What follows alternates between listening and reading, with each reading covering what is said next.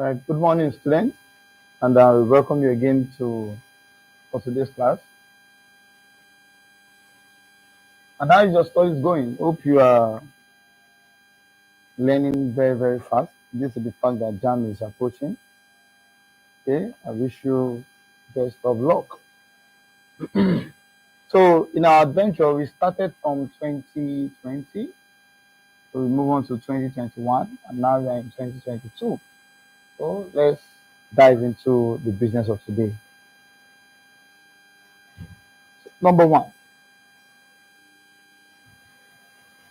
the privatization of public enterprises will lead to efficient management of resources in the economy. This statement can best be described as that deductive reasoning, positive reasoning, normative reasoning, and inductive reasoning. Now, if you will remember vividly, I said, make sure you have the framework of the answer, right? But now, there are times maybe the question, might need a form of, most of the time, as students, you might not have a clear understanding about the question. So the next thing you could do is to take each of the options and try to explain them or try to understand what it means so that you can apply it to the question correctly. So now, privatization of public enterprise. There are two keywords there, privatization. Then the other word is public enterprise. Now, when we say privatization, what do we mean? This is when a government-owned enterprise is changing to become what? A private-owned enterprise. Now, so they are not saying the privatization of public enterprise, okay, will lead to efficient management of resources in the economy. Will lead to. Now, so in my mind, I have a framework. So now let me help you in another way to have the framework. So let's take each option and then let's see what they mean. When we say deductive reasoning,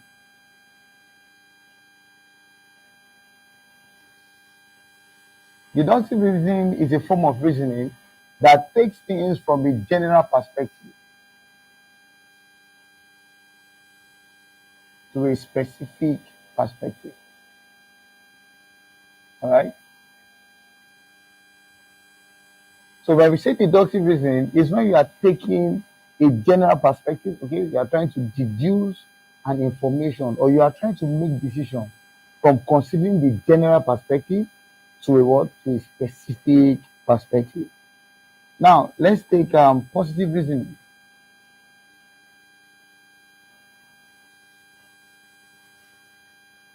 Positive reasoning is considering what is or what is currently happening.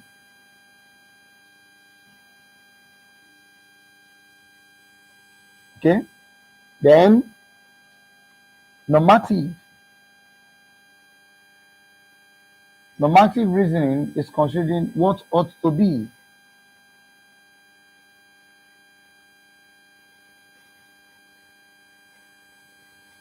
Then inductive. Inductive is just like the opposite of deductive. So you are taking from a specific perspective to a general perspective. All right. So once we've seen that in deductive, you are taking something from general and then you are analyzing it to a specific prospect. Positive is what is. Anything that is happening currently, all right, it's called a positive reasoning. But when you say normative, normative is just what ought to be. What ought to be. That means, or what should be. Okay, good. Then inductive is Specific, you are trying to take something from specific to what? To a general perspective. So, for example, maybe for inductive, you are trying to relate the methodology of what? Of things to the workings of what? Of the economy at large. Now, let's go back to the question. The privatization of public enterprise. Now, public enterprise, is it general or specific? That is where you have to start from. So, privatization of public enterprise. Privatization of public enterprise. So, is it a general or a specific concept? Then, the next item we are looking at is what? Management of resources. Okay, so you are bringing out the two keywords there. We have privatization of public enterprise, and the next thing is management of resources. Management also. The first thing you are looking at is one, privatization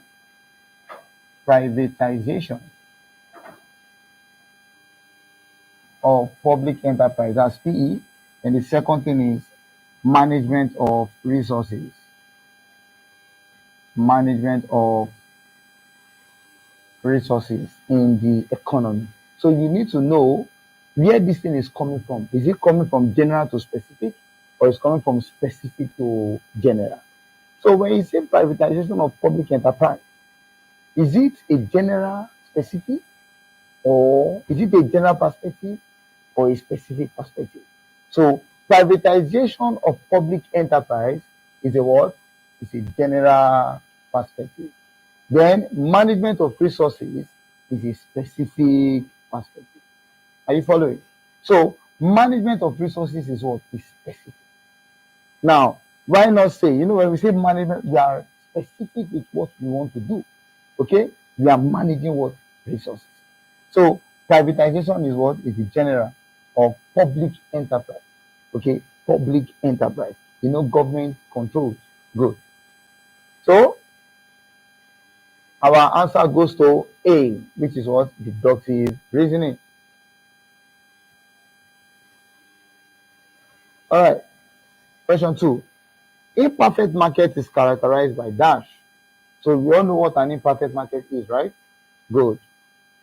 An imperfect market, they are market that they don't move with the conditions of a perfect market. That's why you use their examples to classify them. Monopoly, duopoly, oligopoly, monopolistic competition. So A, perfect mobility of factors of production, many buyers and few sellers, large numbers of buyers and sellers, non-preferential treatment. So you observe that I already have an idea of what an imperfect market is, okay?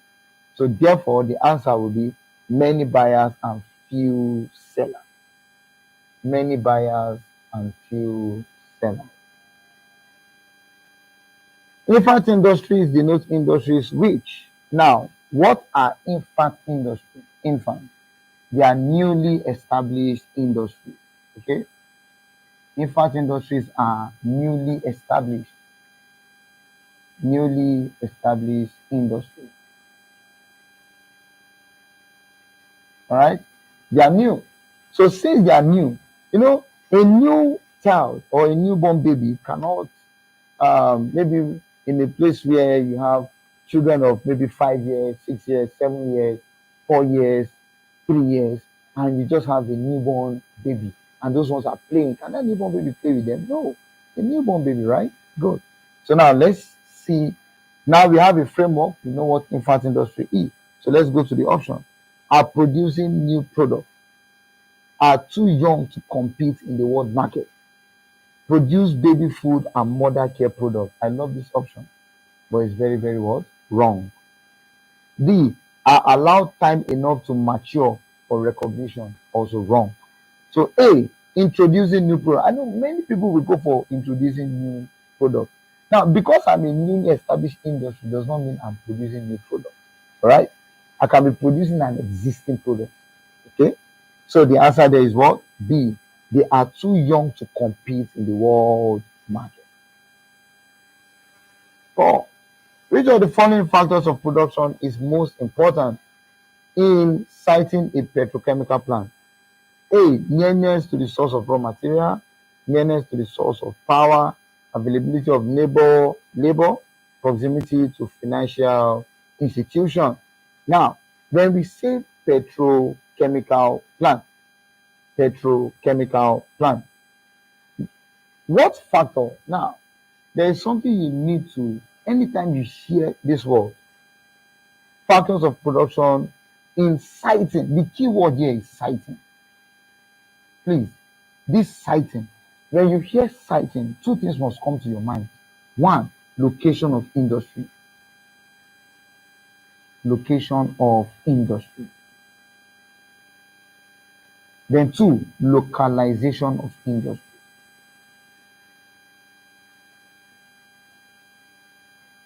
Now, when you have these two things at the back of your mind, we've seen the main word, siting. So when you see location of industry, what does it mean? It means you are trying to locate an industry as a result of some certain factors. Maybe nearness to power, nearness to raw material, nearness to the market, nearness to some certain thing that can work, that can improve your market, okay? Or that can improve sales for you. Okay, you can't be producing anything petrochemical, okay, and you are far away from where the raw materials are. Or you can't be dealing with something that deals with, let's say, technology, and you are far away from where there's what? There's power, electricity. Or you can't be selling some kind of commodity and you are deep in the what? In the bush where nobody will buy. So there are some strategic things you need to consider before citing your industry. Okay? Now, so when we say location of industry, you are citing the industry, but it is due to some certain factors, okay? Like market, where you put the business, how sure are you going to be in control of the market? How sure are people going to buy? Are you following? Where you are putting your business, okay? Is it a marketable place? Are you following? Now, localization of industry. This is just the siting of industry closer to what other similar industries. Are you getting it? So there are two things. They look the same, but they are what different concepts. This one is we are trying to locate the industry closer to what to other industry. A good example: if you've been to Sabo very very well, you observe that in Sabo there is a localization of banks. That is, a lot of banks are situated close to what each other. Now, back to the question. So A, nearness to the source of raw material. B, nearness to the source of power. C, availability of labor. D, proximity to financial institutions. So what should be the answer here? The answer is what? Nearness to the source of raw material. All right. So 5. The Nigerian Bank for Commerce and Industry is Nigerian Bank of Commerce and Industry. Commercial bank, development bank, industrial bank, merchant bank. So when we say a merchant bank is just a bank that deals with, you observe, they deal with securities. Okay, they are more like inclined. A merchant bank is kind of a unit bank. Okay, the banking system of Nigeria is divided into two. We have what you call the universal banking and we have what you call the unit banking. That's why you don't go to a merchant bank, for some of your services. You don't go to a merchant bank to save. You don't go to a merchant bank to deposit. You don't go to a merchant bank to borrow maybe money to do some certain things. So the banking institution,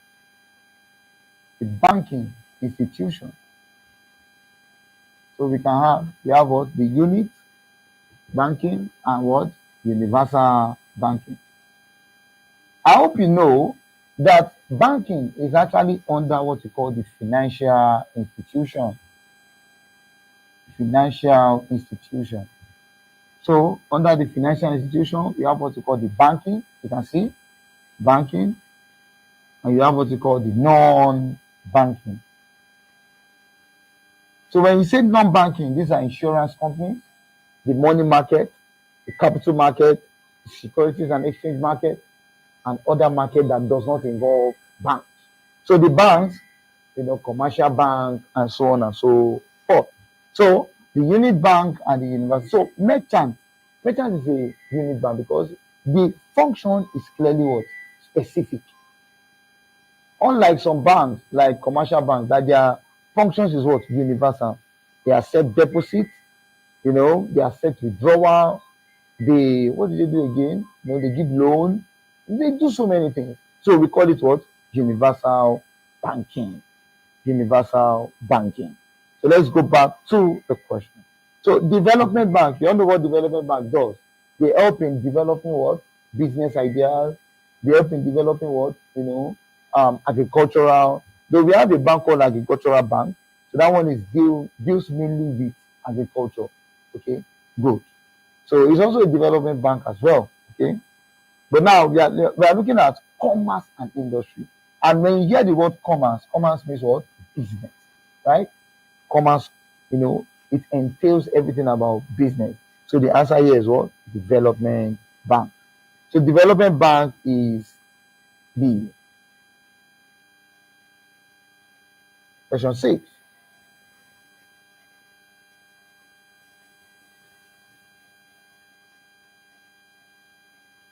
By trade by barter, we mean A. So we know what trade by barter is, right? Exchange of goods for goods. A. Trade done by people in villages, exchange of goods for money, international trade, exchange of goods for goods. So the answer is exchange of goods for goods. It's as simple as that. By balance of visible trade, we mean import and export of goods, import and export of services, balance of current account in the balance of payment, balance of capital account in the balance of payment. So I've always told you, don't let all these options, confuse you. Have a framework. So let's go back. Balance of visible trade. Even the question has even given you the answer. In this scenario, when you hear visible simply means what you can see, and invisible means something you can feel, right? So visible trade is just recognizing what merchandisable product, or simply put, goods. No services. Services falls under invisible. So my option is what? Import and export of goods. Is A. Number 8. The economic goal of public utilities. Stop. Underline public utilities. What are public utilities? More like public goods. Okay? Public goods. Are you following? Public goods that gives what? Satisfaction to people. Okay? All right. So the economic goal of public utilities is to A, maximize profit, expand assets, minimize costs, provide essential service. So what's the answer? Essential service. D. Because of the word, the reason is public. Okay. I didn't mean they didn't use public utilities. It should have been to maximize profit. All right. Some of the key indicators of underdevelopment in the country are underdevelopment. So I hope you know we have development economy, we have developing, we have developed, we have underdeveloped. So an underdeveloped economy is more like a traditional economy, right? So we have poverty, high level of literacy. Don't be confused here. Poverty, high level of literacy and low income. B, poverty, low level of literacy and low income. Low level of illiteracy, low income and poverty. Poverty, low income and low unemployment level. What's the answer? The answer is definitely it is what? B, poverty, low level of literacy and low income. So the answer is B. So you have to be very careful when you are looking at this option. So underdeveloped economy, is not a developed economy. Though we can further go on by saying we have what we call underdeveloping. Okay, sometimes people refer Nigeria as an underdeveloping economy, but I love my country, so I said no. Nigeria is a developing economy. Okay, good. Another developing economy is quite bad, very very bad. It's even worse, very very worse than underdeveloped. Mm. Yeah. All right. So let's move on. 10. The major problem of conducting a census in Nigeria is census. We know census is the counting of people within a particular geographical area. So when we say population census, it is divided into two. I hope you know. We have what you call the jaw population census, and you have what you call de facto population census.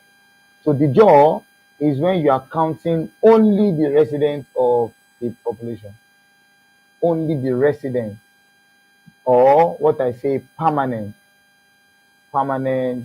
resident. So it goes together, permanent resident. Then de facto, you are counting both permanent resident and temporary resident. Okay, so that's de facto for you. So when you are counting people that are not staying in that area, they just come as a result of visiting. So those people are called what? De facto. So the major problem. So A, inadequate skilled personnel, financial constraint, urban congestion, lack of political will. So the answer is what? Inadequate skilled personnel. A, inadequate skilled personnel. 11. The ability of commercial banks to create money. A, reserve ratio. B, liquidity ratio. C, interest rate. D, capital base. Now, commercial bank. Hope you know there are two institutions that can create money in the economy. Let me write it based on their level of hierarchy. You have the central bank. Central bank can create money, and commercial bank can also create money. All right. Now, when you say a central bank, how does a central bank create money? The central bank creates money by what?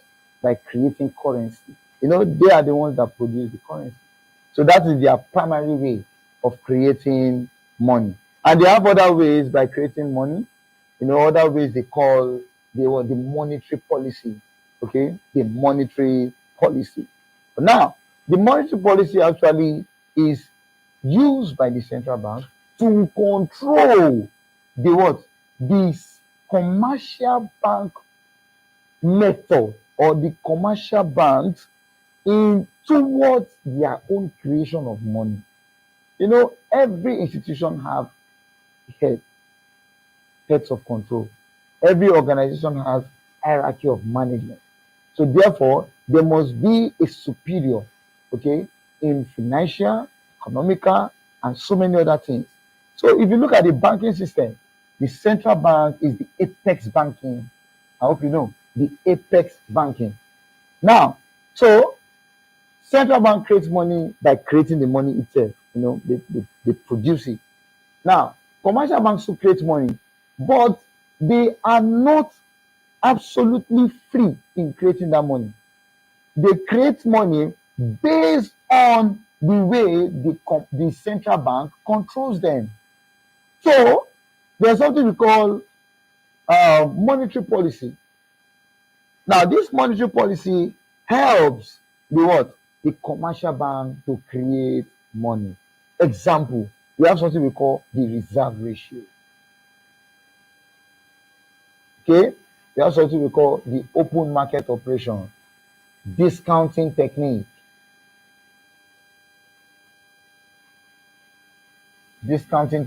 and so on and so forth. But now, when we say reserve ratio, from the word reserve, reserve. Now, reserve here simply means what the commercial bank must hold as a reserve. What they must hold as a what? As a reserve.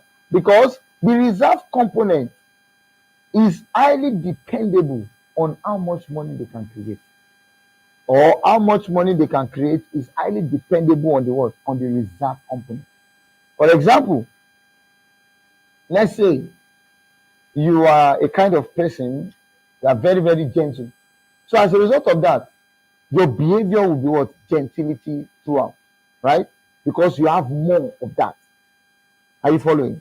So therefore, these commercial banks, based on this reserve ratio, if the reserve ratio is high, they won't be able to create much money because they are keeping a lot. You know, reserve is what you keep aside. So that means if the reserve ratio is high, they'll be keeping aside much money and they'll be giving what? Few money. But if the reserve ratio is low, that is more money can be created by the giving out of what? Of loans. So loan now is the one that is affected by what? Interest rate. Are you following? Good. Now, so our reserve ratio. Now, what is liquidity? I saw liquidity ratio there. Liquidity ratio is just telling us, you know, how much they can actually what? Disburse. How much they can actually what? Disperse. How much the bank can actually disburse. Okay, that is how much they can give out. And that one is based on what? Reserve. If they don't tell you the reserve, you can't know liquidity ratio. So liquidity ratio, the reserve ratio comes first before the what? Liquidity ratio. All right. So our answer there is reserve ratio. So in a planned economy, and when you hear the word planned economy means a command economy.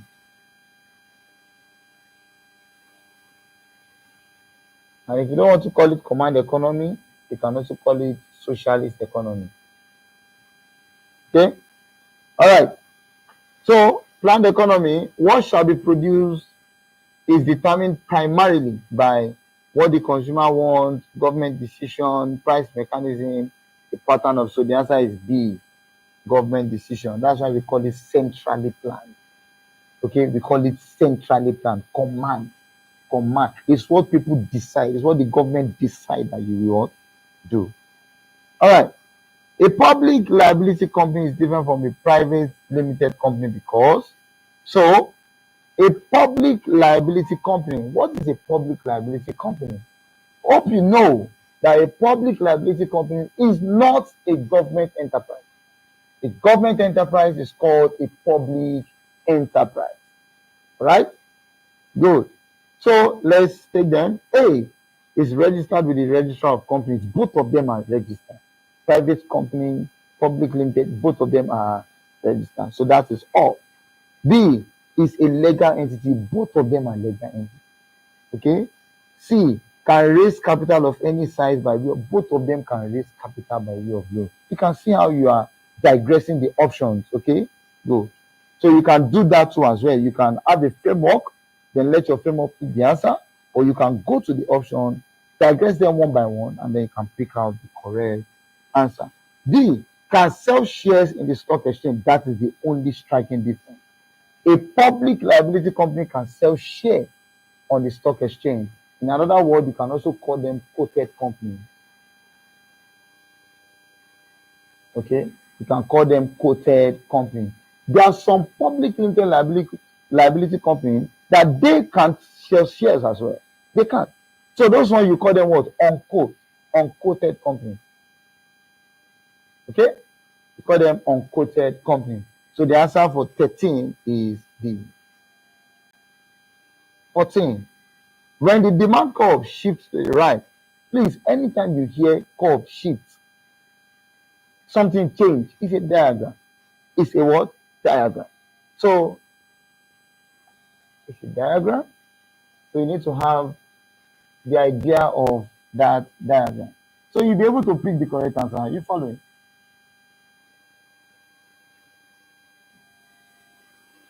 So I have they said shift, demand curve shift to the right. So I have my demand curve here. I will call it D1. So it shift to the right. I all know this is my right. So I'll do an arrow and bring this here. D2. So I know that when a demand curve shifts to the right, the price is constant. Is that not it? Good. And there's an increase. So a shift to the right simply means increase in demand. Are you getting it? You have not even started reading the option, but see the framework you have in your mind. So now let's now go to the option and see the one that goes with our framework. Now, A. This is caused by one of the following. Okay, A. Fall in income. Can a fall in income lead to an increase in demand? No. Good. B. A rise in the price of a complement. When there is a rise in the price of a complement, can it lead to an increase in demand? You know, what's the law of demand? The higher the price, the lower the quantity demanded. So, all right. C. A change in taste against the commodity. They did not say a change in taste for the commodity. It is against. So when your change in taste is now against the commodity, will you buy? No. Are you following? So D. Oh, none of the above. So that's the answer. None of the above. You can see. So because I have a framework, I'm looking for something that can increase my demand. And there's nothing there that can increase demand. So therefore, the answer is none of the above. So let's move on to the next question, question 15. Economics is a science which deals basically with economics is a science. Now, this topic, this question, already you know the framework. Okay? So A, the factors of production. B, allocation of resources, all exploitation, gross domestic product. Hope you know economics as a science deals with everything.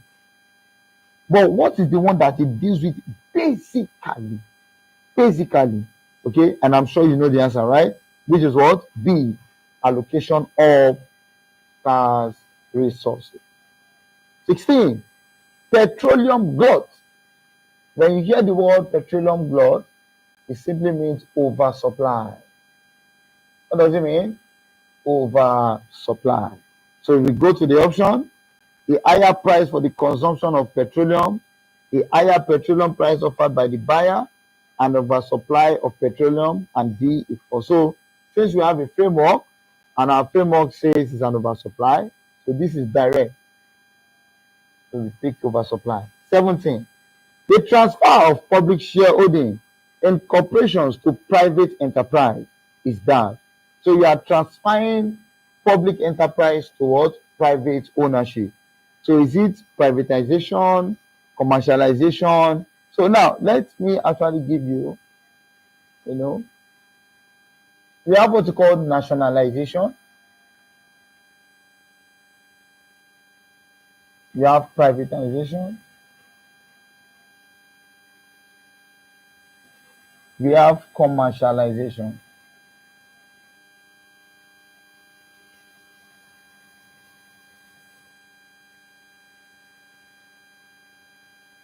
Now, so when you say nationalization, we have the changing of foreign-owned enterprise or foreign institutions or foreign organization to what?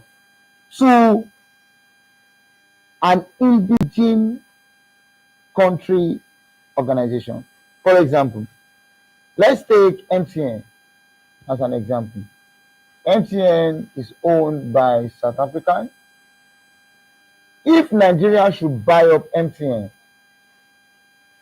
shareholding move from South Africa to Nigeria, what has happened?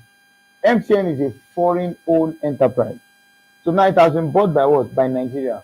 So what has happened there? It is nationalization. Are you following? Good. Privatization is when a public own is converted to what? To private, so that they can make profit.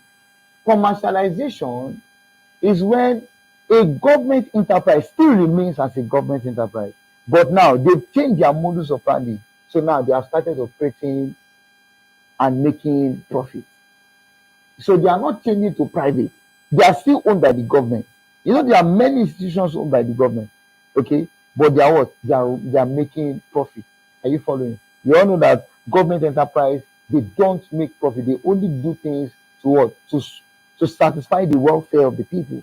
But now we are learning that in commercialization, government can also have enterprises that makes profit.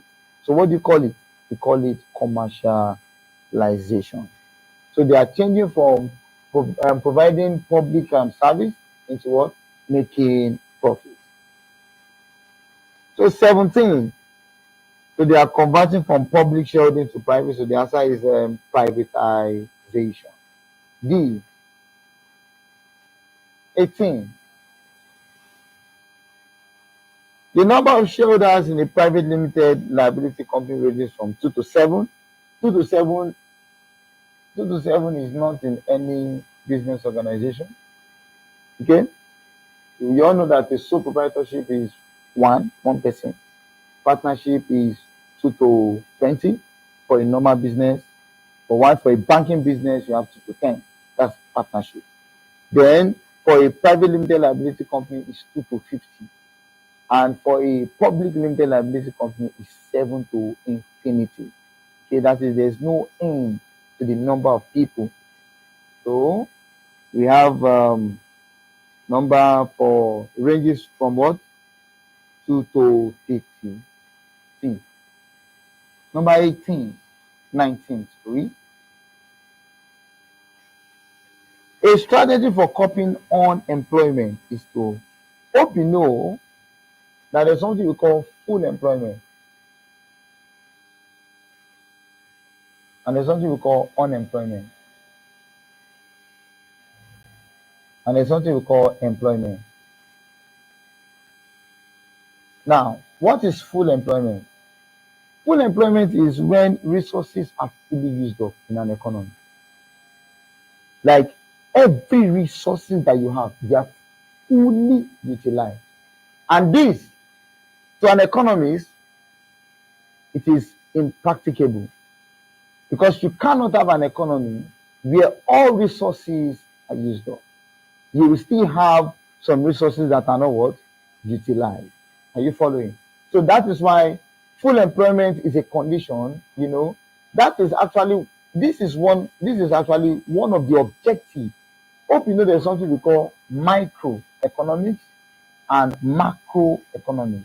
So macroeconomics, this full employment is one of the objectives of a macroeconomy. Are you following? One of the objectives. We have like 4: price stability, suitable monetary policy, and so on and so forth. So the thing is, macroeconomics is trying to establish full employment. They've not attained it yet. Are you following? They are still working. But we all know that it is a situation that cannot be fully attained. Are you following? All right. So unemployment. This is when resources are not utilized. Okay, you have redundancy. People. Unemployment is when people who are willing to find jobs, resources are not utilized. One, and we can call labor a resources. Hope you know, and resources, labor as a resource is called what? Human capital. So labor can also be called human capital. So most of this time, human capital, they are ready to work, okay, at a particular wage rate, and they don't get the job. For example, somebody wants to work and earn in his mind. Based on his qualification, he needs a job to earn him $1,500. All right? Okay, we're in Nigeria, so let's use Naira. So he wants to get a job that earns him 450,000 Naira. But he now got a job that is paying him 150,000. Now, in this person's mind, he will decline the job. Are you following? So it's not that he didn't get a job. He got a job, but the job is what? Is underpaid. So as a matter of fact, the guy is still unemployed. He might even be working at that place at 150. He is still unemployed. Are you following? Because that is not the wage rate he was expecting. So when you are dealing with unemployment, you are dealing with the wage rate. You want to work in a particular institution or organization, at a particular wage rate, but you don't get it. You can get it, but you are not getting it at a prevailing wage rate. Okay, you are not getting it at the wage rate that you want, but you are getting it at the wage rate was in existence. So it qualifies for what? Unemployment. Then employment is what? What is being used. What is being used. What is being used. The labor currently working, okay, they are employed. Are you following? They are using them. But remember the story? Not all of them, because we have you get to know when you deal with what you call types of unemployment. You can have something we call disguised unemployment. Disguise. It's working, but it's what is disguised because the wage rate is looking for. That's not the wage rate he what he got. Okay, you can call it. You can also have to call it underemployment. You get it? Underemployment. You can also call it what disguised unemployment. So you can see all those things. We have frictional unemployment as well. This is a form of unemployed scenario or situation that occurs when you are just what? You are just entering into the labor force for the first time. Maybe fresh graduates, new graduates looking for job. Okay, they are called frictional. The unemployment that they experience is called frictional unemployment. We have cyclical unemployment. We have structural unemployment. Now, what is cyclical? Cyclical unemployment occurs when there is a change in the general economic situation. For example, maybe when monetary policy starts due to the fact that maybe inflation, deflation, and other economic things. So those kind of things, well, it can lead to what? Unemployment, meaning some companies will downsize their labor. Okay, they will have to relieve some of them. So when they relieve some of them, they are relieved due to the fact that the company is suffering from a problem, but that problem is what? It's economical. Okay, it is macro. Are you following? So that kind of unemployment is called cyclical. Then structural is it is caused from aggregate demand. Structural unemployment is caused by what? Aggregate, a fall in aggregate demand. A fall. Okay, so this one is not actually, it's not economic, it's not macro. Just okay, we can call it macro because we use the word aggregate, so we can say macro. Good. We can call it macro because it's aggregate demand, it's not individual. So when we say structural, when the aggregate demand is falling for a particular commodity, that means people are not buying it. So the company has no choice. They won't be able to pay salaries if people don't buy their product. So they have to relieve some of the what? So that's structural.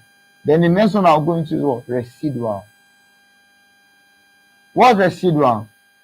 Residual simply means when people that are, these people we call physically challenged, due to their condition, they don't get placement, to work. They don't get place to work. So as a result of that, their unemployment is called residual unemployment. So these are the types of unemployment. Okay. All right. Good. So let's go back to the question.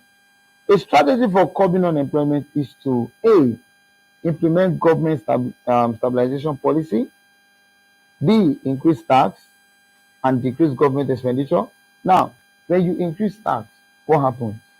When you increase the tax, the price of the commodity begins to increase. And when price increase, what happens? People tend to what? Not people will not buy because higher price, lower demand.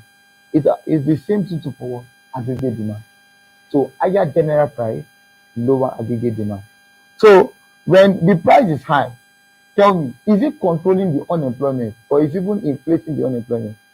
So if it is inflating it, right? So that means B is off the answer.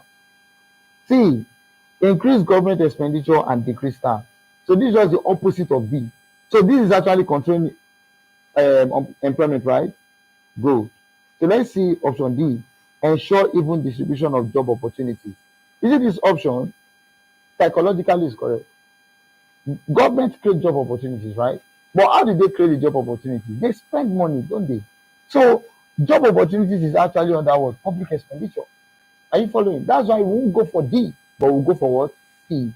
Because government spends when they are what? Trying to create job opportunities.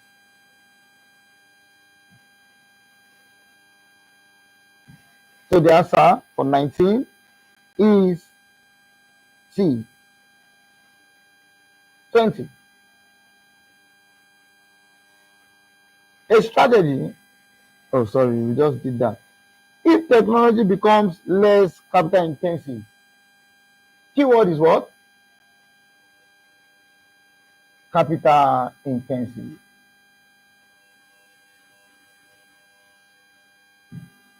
We have labor intensive, Abi,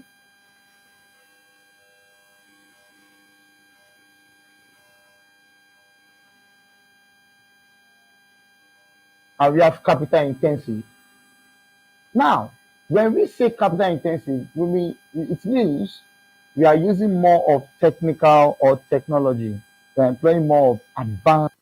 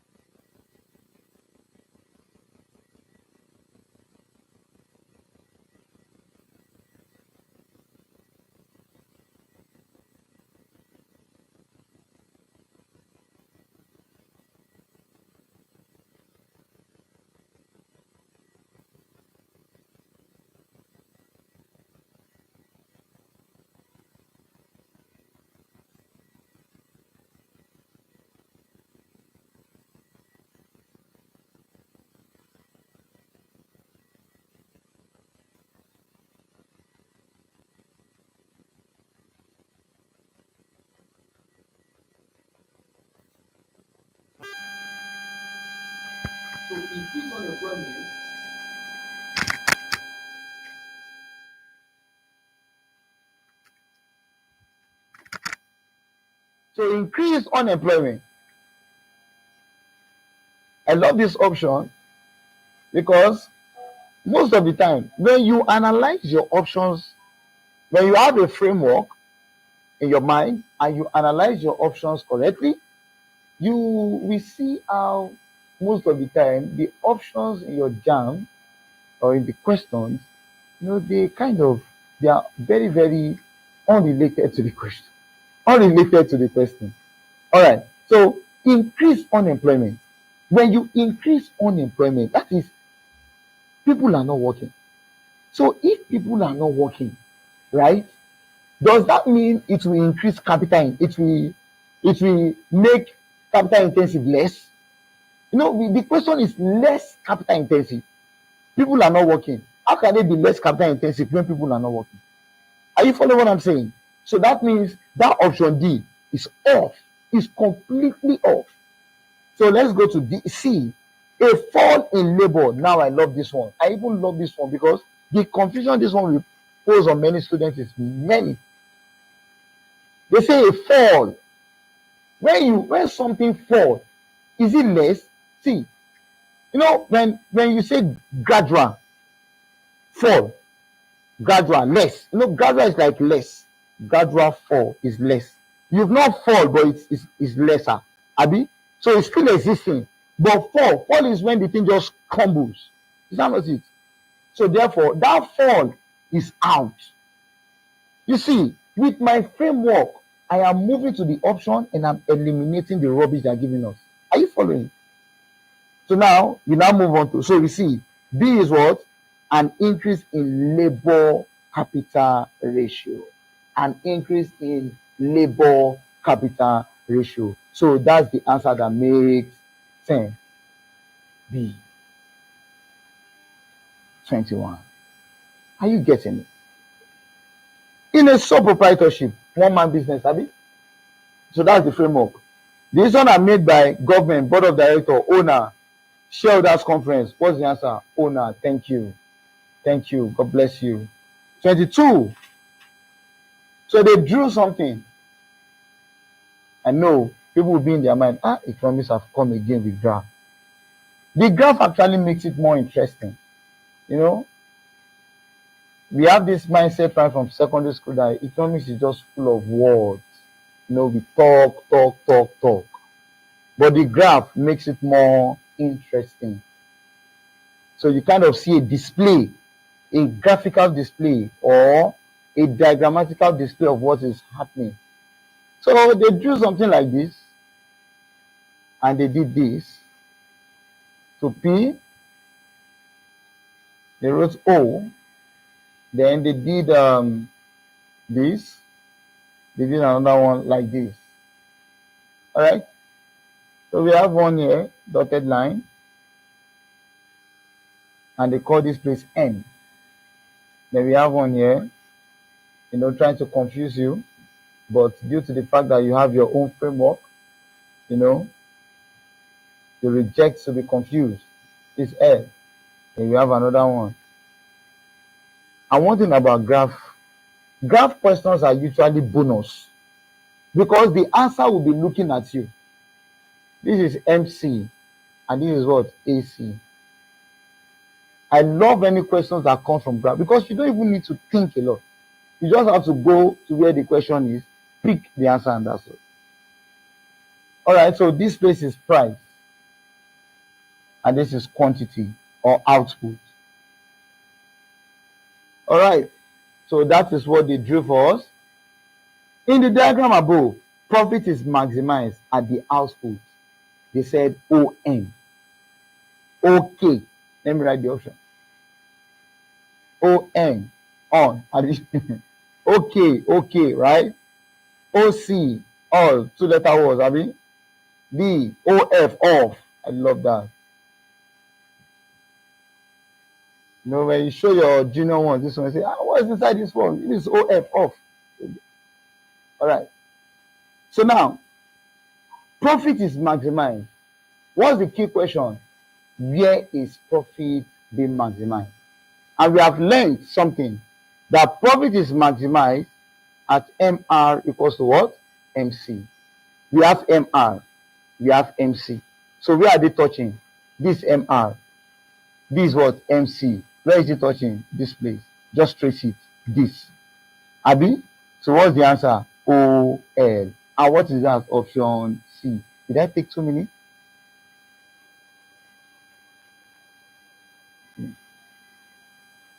All right. Question 23. Which of the following classes of goods account for the largest proportion of Nigeria's import? Nigeria's import. A, food and animal products. B, consumer goods. C, chemicals. D, machinery. And this question is a very, very funny question. I think I can roll. Okay, let me leave it for a while. Now, they are trying to ask you, our beloved country. What does our beloved country import the most? Do we import more of food and animal products? Do we import more of consumer goods? Do we import more of chemicals? Or do we import more of machinery and transport equipment? So what do we import more? Who can try this question? I'm giving you 10 seconds. Have the answer in your mind. Then I say what the answer is. 10, 9, 8, 7, 6, 5, 4, 3, 2, and 1. So what's the answer, guys? Okay, I'm hearing some of you in the spirit. Okay. So the answer to this question is our country, okay? We do more importation of what? Consumer goods. Okay, you see that option D? Option D is just telling you one word: capital goods. Are you following? Because these are goods that are used for what? Production of what? Others. So what Nigeria does is they do more importation of what? Consumer goods. So the option is what? B. Okay. 24.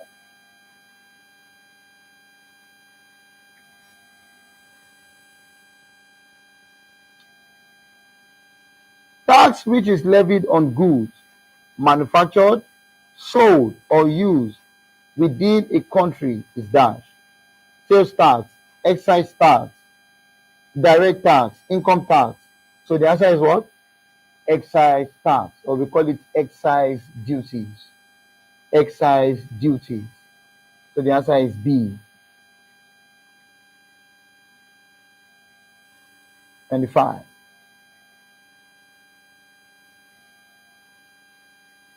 To protect farmers during a bumper harvest. What do you mean by bumper harvest? The government usually, so a bumper harvest is just when the harvest is what? Huge. Okay? They have huge harvest. Huge harvest. During a bumper harvest, the government usually A, set minimum price, release products from buffer stock, sell the excess to consumer, set a minimum price. So I think they did a mistake here. The past question did a mistake. You know, the past question is prepared by somebody. So, human beings, we are bound to make mistakes at times. So most of the time, you have to be sure of your answer, okay? All right. So, I believe one of these options should be maximum price. Are you following? One of them should be maximum price. So, the option A is set minimum price. The option D is also set minimum price. So, for the sake of clarity, let's make the option A minimum. Let's make it maximum price. So option A is maximum price. Okay. And B, the same thing and that. So how does the government, or how do the government, protect farmers during a bumper harvest? When the harvest is huge, farmers need to sell, right? And because they need to sell, a minimum price, we have two types of price legislation. One is above the equilibrium and one is below the equilibrium. The one above is called the minimum price. Are you following? And the one below is called the maximum price. Okay? P2. And this is equilibrium, PE. So take note of that. So government usually, when they set, now, please, let's consider this thing very closely. Farmers doing a bumper harvest. Now, a bumper harvest, like I said, is huge harvest. And in a huge harvest, we know anytime it comes to farming, it's food. And food are highly what? Necessities. So because of that, number one, governments want to make them realize the highest profit. Are you following? Okay? That's how they want to help them to realize what? Profit. So therefore, and one thing about food is a necessity. So you must buy. Are you following? So as a result of that, government won't set a maximum price. They will instead set a what? A minimum price. So that they can sell the food at the highest possible price. Okay? So that they can realize what? Remember, they are not helping consumers now. Had they been they are helping consumers, what will they do? They will set a maximum price. So that consumers can afford it at a cheaper price. But now, they want to help farmers, and farmers are what? Suppliers. And if suppliers are happy, they will sell at a what? At a higher price. That's the only way you can make a supplier happy. For him to sell at a higher price. Are you following? So the answer is what? Minimum price. So D. The function of money which makes division of labor possible. What is division of labor? the division or the separation of what? Of task into what? Into different sections so that each section can be controlled by what? By one person. Now, what function of money enables this function or this possibility? A, store of value. You know, store of value is when money can be saved. It's a function of money that allows you to keep money. And not only to keep money, but to save money and the value that money commands. Are you following? So that's what store of value. So you can keep money in Jews. You can keep money in what? In some foreign currencies where you can what? Store the value as well. B, medium of exchange. Medium of exchange simply means you are trying to use money to buy or to meet up your what? Your daily needs. Okay? You buy things. Is that not it? That's medium of exchange. Standard for deferred payment. Standard for deferred payment is a function of money that allows you to enjoy a credit facility. Meaning you can enjoy a service now and pay later. And D, okay, that's D. Okay, the option, okay, I read the D. The C is unit of account. Unit of account is a function of money that allows you to accord value, okay, to goods and services. That's unit of account. You will observe now, if you want to buy something, they can tell you the monetary item of that commodity. This was the thing that was absent in the what? In the barter system. That is why in the barter system, there's something we call double coincidence of want. Meaning you have to look for somebody that has what you need, that has what you need, and also need what you have. You see, it's a very, it's confusing. All right. So now let's go back to the question, which is division of labor. So what enables division of labor? Because division of labor simply means you are separating the task, and each task will be what? Handled by one person. Is that not it? All right. So option A. So is it store of value, medium of exchange, unit of account, standard for deferred payment? So what's the answer? Division of labor. So the answer is what? Unit of account. I said you are buying something at a what? At a value. You know the monetary value of that item. So if somebody, when you say division of labor, you are employing the service of somebody. Abi, it's not free. Is that not it? So that means the service that person is bringing to the table, you know the monetary value of that service. Are you following? So the answer is what? Unit of account. So we go for C. And 7, a discriminating monopoly. What is a discriminating monopoly? A discriminating monopoly is a monopolist that sells a commodity at different prices. You see, single seller, but when he wants to sell, he sells the commodity at what? Different prices. That's what you call discriminating monopoly. All right. So it's characterized by A, common elasticity in different markets, different elasticity in different markets, finite elasticity in all markets, zero elasticity. Now, when you are selling a commodity to different people at the same time, a commodity at different prices, it means that the commodity has a particular characteristics, and it means that commodity is a necessity.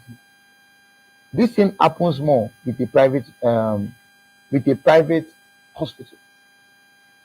Do you know that when you go to a private hospital, it is necessity. So as a result of that, when a particular set of people, though they want to cure you, they want to heal you, whatever, they're not heal per se, but they want to take care of you. Now, so as a result of that, you know, people come in and they say, well, per bed, the this and the treatment can be maybe 300,000, 400,000. Now, that same level of treatment can also be given to another person, okay? And it will actually cost like 500,000 or 600,000. Are you getting it? Okay, maybe you as a black man, you went there, okay, the price might be normal. But when somebody, comes in with a nice car, parked, and the doctor just saw from afar, wow, you know, at that point, please, though it is an hospital, it's a hospital, it's also a business.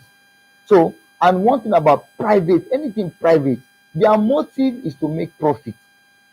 You see, this one that they want to take care, well, that's their secondary objective. It's a private business. Are you following? So, as a matter of fact, they want to maximize profit. So, the answer here is D, zero elasticity. That's the only condition that allows you to be what? Necessity. If that item is not necessity, a monopoly cannot sell it at different price. Are you following? Because if it is, let's say, infinite, that's perfectly what? Elastic. Nobody will buy. Are you following? So the answer is what? D.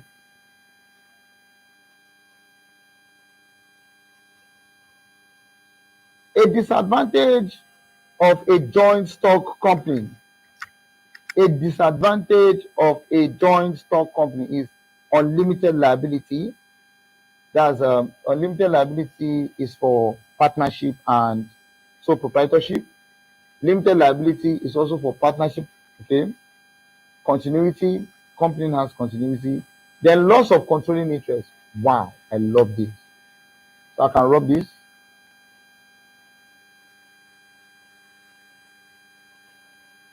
Controlling interest is coming from the word controllable interest. Controllable interest. So we have what we call controllable interest and we have non-controllable interest.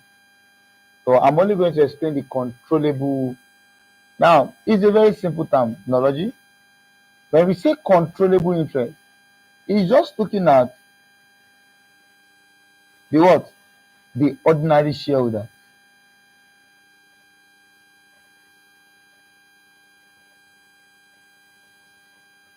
That is, the ordinary shareholders who have control over the affairs of the company. Now, let's have a scenario. Let's say you have a company now, they have 100% share. Okay? Now, now this is joint, right? So, joint as A purchase, B purchase. So, A and B came together, maybe A came with out of 100, let me remove this 100 so that it's not cause confusion. So A and B, they want to join. So A brought 40% and C brought 60%. Now, question, who is the controlling interest or who has more controlling interest? The person that brought the highest equity will control. That's just the logic. Are you following? So this B A now, it will also control, but B is more like you have more controlling interest than what? Than A. And now this is where the problem is. When you say controlling interest, it is more relevant when you acquire a company. Okay, when you acquire it. Are you following? That is acquisition of company. Okay, and sometimes you can also have when the company what merges, when the company merge. Okay, when they come together as one. Okay, now let me not go deeper into it because that's another subject matter. So let me just stop here with that and move into the option. So a disadvantage of joint stock company, that is, they are coming together. So your limited liability is a normal thing for a company. Okay, limited liability is just there. That's not. It's just like one partner. Okay, is based on his level of capital that he introduces into his business. Are you following? So we have continuity. A company can continue, okay, for an indefinite number of time. Then loss. So the answer is what? Loss of control. Because when you join, so you have 40% and you have what? B. So you on your own, you were a ownership. But because maybe you feel your company can go down in a while. So what do you need to do? You need to join with somebody. And the person you are joining with now is bringing a bigger capital. So you have to lose your controlling interest to that person because he's bringing more than you. So automatically, you that you were a previous boss, you now become what? A staff to somebody. Are you following? So it happens like that. So the answer of 28 is the controlling interest. I love this question.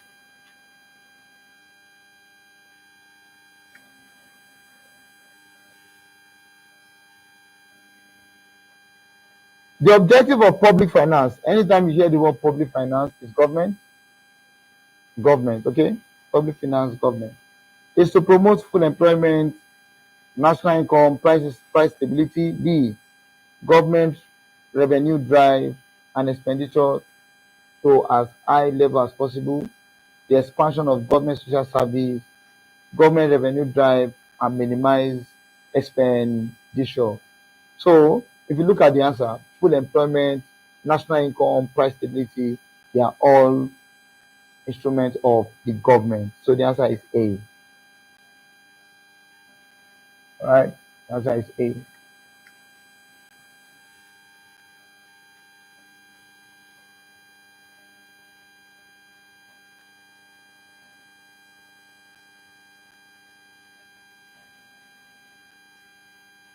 Number 30.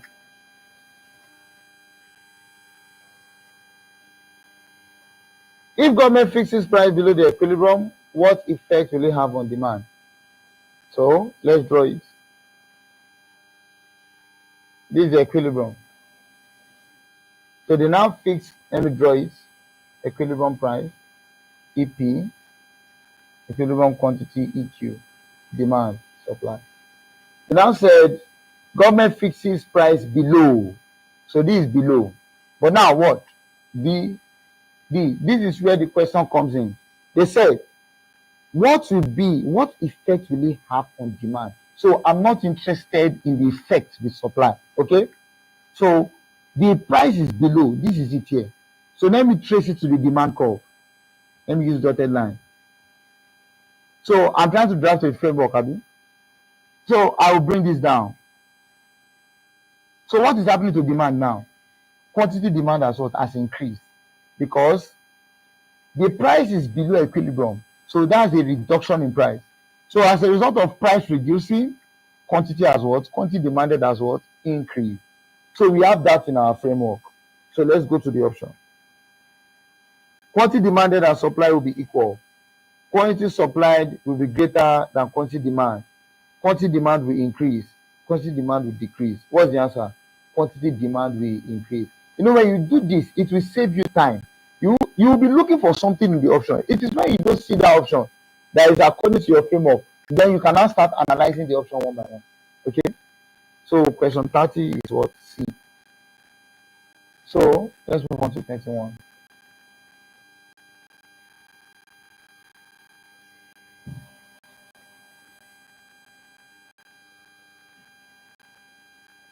A demand which is directly related to price is true of normal goods, gifting goods, ostentatious, and capital goods. Now let's start from the option D. What is capital goods? Capital goods are goods used for production. Okay. Now they said which is directly related to price. A demand which is directly related to price. Hello, does demand move directly related to price? Demand move what? Inversely related. Inversely. See, demand and price, they are inverse, they are indirect. Okay, good. So once you know that for capital goods, it's used for production. Are you following? So when it is used for production, it is your capacity you will go for. So it's still the normal law of demand applies for a capital goods. Why do you think Nigeria doesn't have much of capital goods? Because they feel it's expensive. So they don't buy it. They don't export it. Right? They don't import it, I mean. All right. Then B. C, ostentatious. Ostentation simply means wealthy goods. Goods you consume because you feel you want to. Goods that when you consume them, it speaks your status. Are you following? It speaks your status. Also, there are some people that there are some goods they don't buy it. For example, you can have people that they don't use techno at all because they feel it doesn't speak their status very well. Some people they don't use some phone like Nokia, or maybe I don't know, but some products, right? Now, so ostentatious goods are wealthy goods. Then gifting goods. Gifting goods are goods that are they are not out, inferior goods are out of date, but gifting goods are petty food items. Okay, not everybody use petty food items. Hope you know. Then normal goods. So when you hear the word normal goods follow the normal law of demand. So the only thing here that that negates that normal law is what? Ostentatious goods. So even when the goods is increasing, people will still buy because they feel that is the good that will speak their status. Are you following? Or that will make them feel among. So the answer is C, ostentatious. 32. As a producers association, the OPEC expects its members to maintain production where marginal cost is. Now, please listen carefully. OPEC is an oligopoly because you have what? Few sellers, many buyers. Now, there's something about oligopoly you need to know. In an oligopoly, they are interdependent. They are interdependent.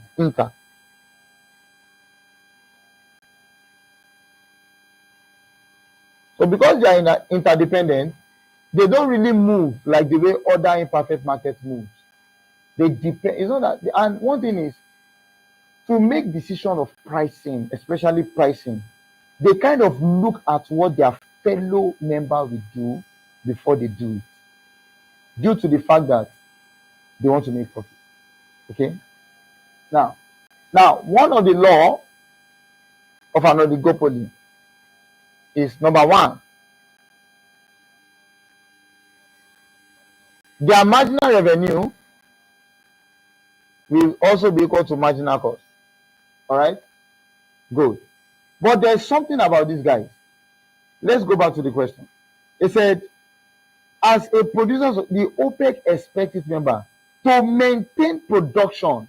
Now, what are they saying? To maintain production. They want to maintain production. For a monopoly and others, where they are the only seller, many buyers and all, they want to maximize profits. Okay? Oligopoly as well want to maximize profit. But the operations are different. So now, in an oligopoly, the price is a very key factor. And one thing about the price, their price and their average revenue behaves in similitude to the monopoly. It behaves in similitude to the monopoly. All right. So now, they said A, greater than price. B, less than price. C, equal to price. D, equal to average cost. So now, one thing is your marginal cost. Our marginal cost can never be greater than price because if in an oligopoly where you have few sellers, if your marginal cost is your additional cost, when your additional cost is greater than your price, that means you cannot make profit. Are you following? Then they said less than price. Fine, if it is less than price, it's a good condition. Okay, but now you are maintaining production. So maintaining production is more like their own equilibrium. Are you following? Their own equilibrium. So it must be equal to something. Are you following? So that means that their marginal cost must be equal to something because they are trying to maintain production. Now, so I'm sure what you are looking for is marginal revenue equals to what? Marginal cost. But in this case, they said marginal cost. But if you look up, there is no marginal revenue. So therefore, the only thing that can represent our marginal revenue is the what? Is the price. Are you following? So our answer there should be marginal revenue must be equal to price. Are you following? So that option is option C. Must be equal to price. Okay, so that's one of their conditions. An institution that regulates trade relation among members is the dash. Is the dash that regulate trade relation among members. Trade relation. We have ADB, African Development Bank. We have the OPEC, Organization for Petroleum Exporting Country. We have the EU, European Union. We have the IMF, International Monetary Fund. So what is the thing that regulates trade? European Union, they don't regulate trade. Okay, IMF is a financial institution. They don't regulate trade as well. African Development Bank, they don't do trade. They only what? Help people, give them what? Funds or loan, to develop agriculture. So the only answer here is what? B, OPEC. Which of the following statements does not describe a situation of perfect? Does not describe. The firm faces infinite elastic demand curve. So you know the characteristics of a perfect market, right? Good. A, the firm faces infinitely elastic demand curve. B, the firm makes no pure profit in the short run. Okay. C, the price does not change. The price does not change with change in output level of the firm. Well, there is freedom of entry into and exit out of the firm. So if you look at everything here, all of them are relating to a perfect market, but only one does not relate. Okay, so that's you are looking for the odd one. Are you following? It does not describe perfect. So firm faces, that's number one. It relates to perfect. It makes no pure profit in the now. A perfect market, they make profit in the short run. Is that what? But this one is saying they make no pure profit in the short run, and that's a lie. A perfect market makes profit. So the answer is B.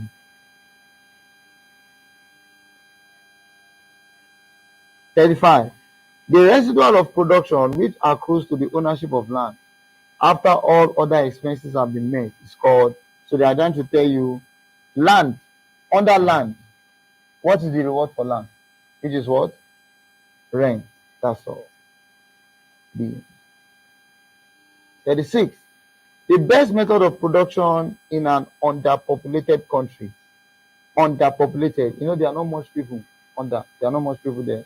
So labor intensive, labor extensive, land intensive. So the answer is D, capital intensive. There are not much people, so you can effectuate a capital intensive very well. The characteristics of the linear production function. Please, the linear production function is just your land plus your labor plus your capital and plus entrepreneur. Okay, so that is your linear production function. Percentage change in input exceed output. B, output and all input change by the same percentage. The percentage change in output is greater than 1.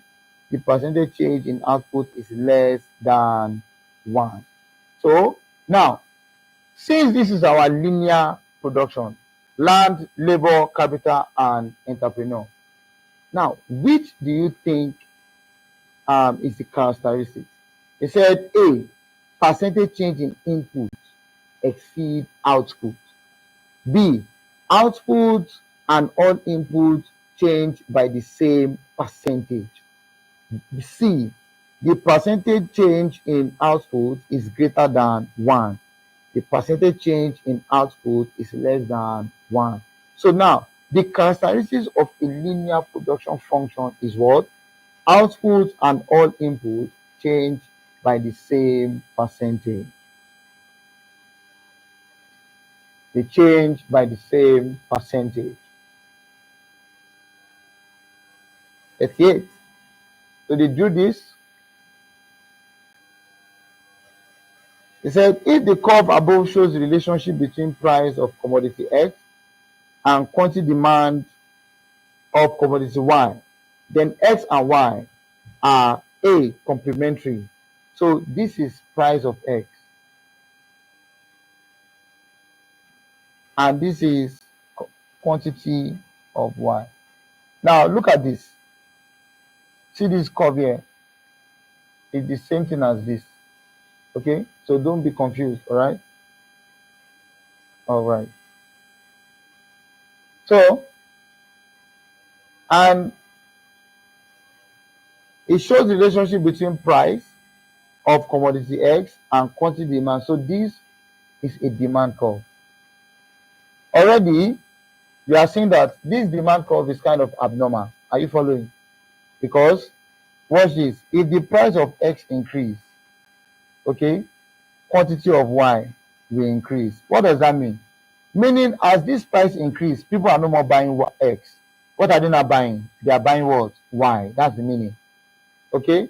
So as price of X increase, people will now be buying Y. That's the meaning. So what kind of commodity is that? Is it complementary, substitute, inferior, or luxury? The answer is what? Substitute. B. 39. In a public company, entrepreneurial functions are performed by that. So entrepreneur are just like the management function. Okay, the management function. So in a company, who performs the management function? Is it board of directors, workers, shareholders, and general manager? The answer is what? The board of directors. B. Number 14. The loading of crude oil at the terminal is an activity of that. Now, when you load crude oil at the terminal, it's a service or it is a distribution service. Okay. So now the crude oil has two main, the activity is divided into two. You have what you call the upstream and you have what you call downstream. Upstream is for refining, while downstream is for distribution and service. So the answer here should be downstream. So our A is upstream sector, B is midstream and upstream, C is downstream, D is upstream and downstream. So the answer is C, downstream. All right. So now we've come to the end of today's past question analysis. And from these questions, okay, I have observed some revision. I have to take one or two revision topics. So I'm going to introduce some revision topics for you so that you can understand some questions here better, especially the production function, because it's simple, okay, but using some diagrams, okay, where you have to understand it better. So I'm going to introduce that topic to you next week. And oligopoly, okay, I'm going to introduce it to you for knowledge sake so that it will help you. And each other topic again, I think those two topics, I'm going to give you a deep understanding about them in my next class before we proceed on to year 2023. So have a great day and thank you very much.